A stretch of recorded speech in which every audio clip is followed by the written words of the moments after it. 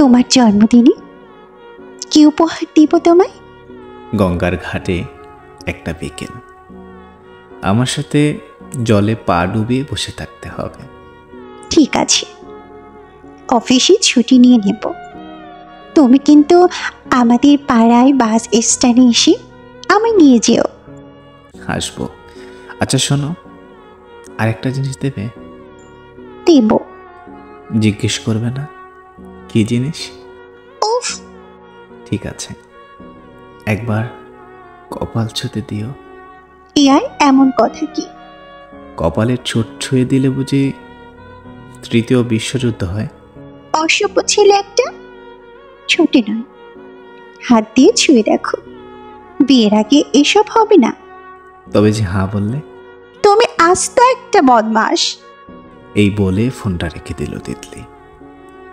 তবে পার্থর জন্মদিনে ওরা গঙ্গার ঘাটে বসে সূর্যাস্ত দেখেছিল।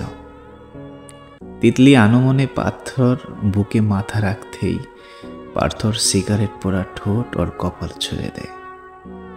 তিতলি আর কিছু বলেনি।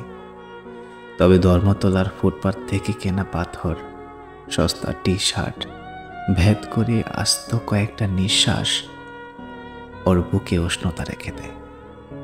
তিতলির চোখের কোণ ভেজে, কপালের ভেজে দাগটা গঙ্গার বুক থেকে বাতাস এসে উড়িয়ে নিয়ে গেলেও তিতলির বুকে একটা ছাপ রেখে যায়।